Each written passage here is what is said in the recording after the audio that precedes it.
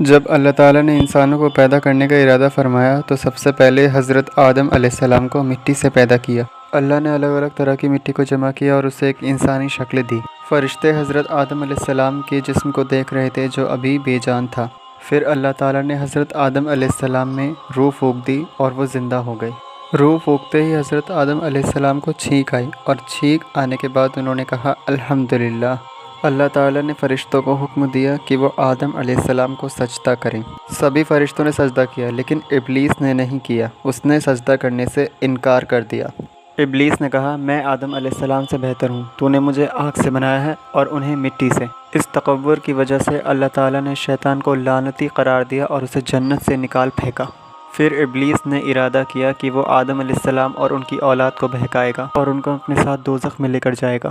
اللہ تعالیٰ نے فرمایا کہ جو میرے نیک بندے ہوں گے وہ تیرے بہکاوے میں کبھی نہیں آئیں گے۔ حضرت آدم علیہ السلام جنت میں اکیلے تھے۔ اللہ تعالیٰ نے ان کی تنہائی کو دور کرنے کے لیے حضرت حوا علیہ السلام کو ان کی پسلی سے پیدا کی۔ یہاں سے شروعات ہوتی ہے ان کی انسانی زندگی کی۔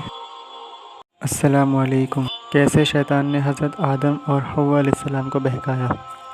اللہ تعالیٰ نے حضرت آدم علیہ السلام اور حضرت حوا علیہ السلام کو جنت میں مقام عطا فرمایا اور ان کے لیے ہر طرح کی نعمت مہیا کر دی گئی۔ اللہ تعالیٰ نے فرمایا اے آدم تم اور تمہاری بیوی جنت میں سکون سے رہو، لیکن اس درخت کے قریب مت جانا ورنہ ظالم ہو جاؤ گے۔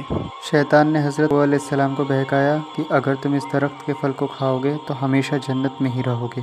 حضرت آدم علیہ السلام اور حوا علیہ السلام شیطان کے بہکاوے میں آ گئے اور انہوں نے وہ پھل کھا لیا۔ جیسے ہی انہوں نے وہ پھل کھایا ان کے جسم سے جنتی لباس اتر گیا۔ پھر انہوں نے اپنے جسم کو پتوں سے ڈھکا۔ اللہ تعالیٰ نے کہا کیا میں نے تمہیں اس درخت کے پھل کو کھانے کے لیے منع نہیں کیا تھا؟ انہیں اپنی غلطی کا احساس ہوا اور انہوں نے اللہ تعالیٰ سے معافی مانگی، لیکن اللہ تعالیٰ نے انہیں جنت سے نکال دیا اور حضرت آدم علیہ السلام اور حضرت حوا علیہ السلام کو دنیا میں اتار دیا۔ السلام علیکم۔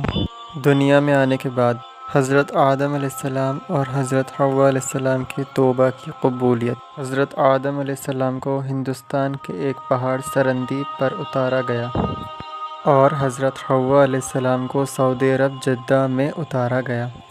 حضرت آدم اور حضرت حوا علیہ السلام نے کئی سالوں تک ایک دوسرے کو ڈھونڈا۔ دنیا میں آنے کے بعد حضرت آدم علیہ السلام بہت پریشان ہو گئے اور اللہ سے معافی مانگنے لگے۔ انہوں نے کہا کہ اے اللہ اگر تو ہمیں معاف نہیں کرے گا تو ہم کہاں جائیں گے؟ کئی سالوں کی توبہ کے بعد حضرت آدم اور حوا علیہ السلام کی ملاقات میدان عرفات میں ہوئی۔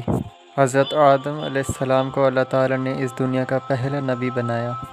حضرت آدم علیہ السلام نے اپنی اولادوں کو اللہ تعالیٰ کا درس دیا اور انہی کی نسل سے انسانی زندگی کا آغاز ہوا۔